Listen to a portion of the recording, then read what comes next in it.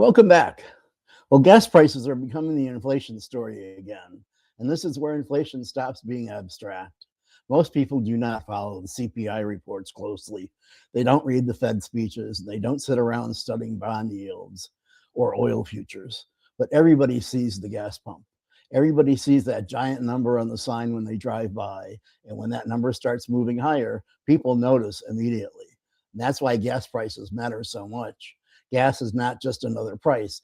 Gas is psychological. It's one of the few prices people see every single day in huge numbers posted on huge signs all over town. So when gas goes up, people feel inflation before the government officially reports it. They feel it before the next monthly data release. They feel it before the economists start arguing about whether it's even temporary or not. And it matters because inflation is not just math. Inflation is behavior. When people believe prices are rising again, they start acting like prices are rising again. People cut back their spending. Businesses prepare for higher costs. Drivers think twice before taking extra trips, and consumers start feeling squeezed before the official numbers fully catch up.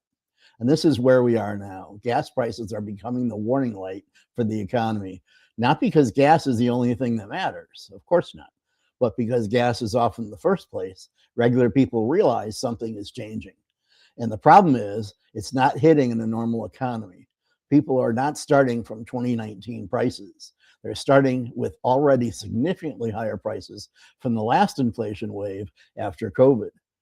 Groceries, rent, insurance, car payments, credit card balances are all significantly higher.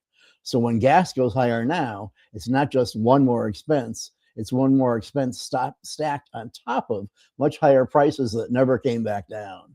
And that's why this really matters. A gas shock today does not hit a healthy household budget. It hits families that are already really stretched. And once gas prices rise, it's just the start of spreading higher prices. Higher gas prices hit consumers first, then delivery costs, and then small businesses, food, and travel, then anything that has to be shipped, moved, stored, delivered, or produced using fuel. That is the part people miss. Gas prices are not just about filling up your car. Fuel is built into the entire economy. The food at the grocery store has to be grown, processed, refrigerated, transported, and delivered. Packages have to move. Construction materials need to be hauled. Airlines need jet fuel. Truckers need diesel, and on it goes. So when fuels rise, it doesn't stay neatly inside one category. It leaks into everything.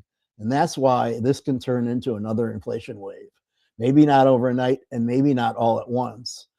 But then one day people look around and say, this is why everything is so expensive again. That's how these waves work. And this is where the Fed has a big problem this time, because the Fed can raise interest rates, but not much more. Unlike in 2008, when we had asset inflation and they had a few other tools to use, this time is very different.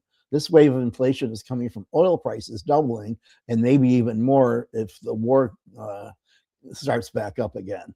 Unfortunately, the Fed cannot create more oil. The Fed has no power to lower oil costs. The Fed cannot make fuel cheaper or reopen shipping lanes.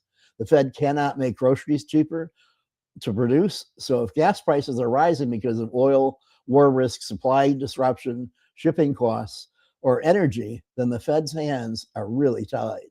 And it doesn't have a clean fix this time, like buying up all the bad debt Wall Street created in 2008. The Fed has one basic tool. It can make borrowing more expensive and slow the economy down. This time, that's it. That will reduce demand, but it does not fix the source of the problem. That is the trap. If the Fed ignores rising energy prices, inflation could stick around a lot longer. But if the Fed fights too hard and raises interest rates too fast, it risks weakening the economy, hitting housing, hurting consumers, and significantly raising recession risk. And that's not a clean choice. And that is the danger that we are facing now. And that is why gas prices matter more than people think, because gas is not just a cost, it's a signal. It tells you when energy pressure is moving into the real economy and that families are about to feel squeezed again. And it tells you if inflation may be returning before the official numbers fully show it. So what should people watch now? Don't just watch whether gas spikes for a day. Watch whether it stays high for weeks or months. Watch diesel, watch food prices, airline tickets, delivery fees, because this is when a gas price problem becomes a broader inflation problem. And that's the risk right now. This is not just about paying more at the pump. This is about the pump becoming the warning light for the entire economy.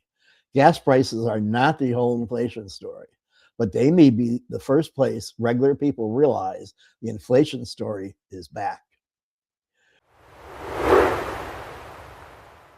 We will be continuing to watch this story and much more in our coming videos.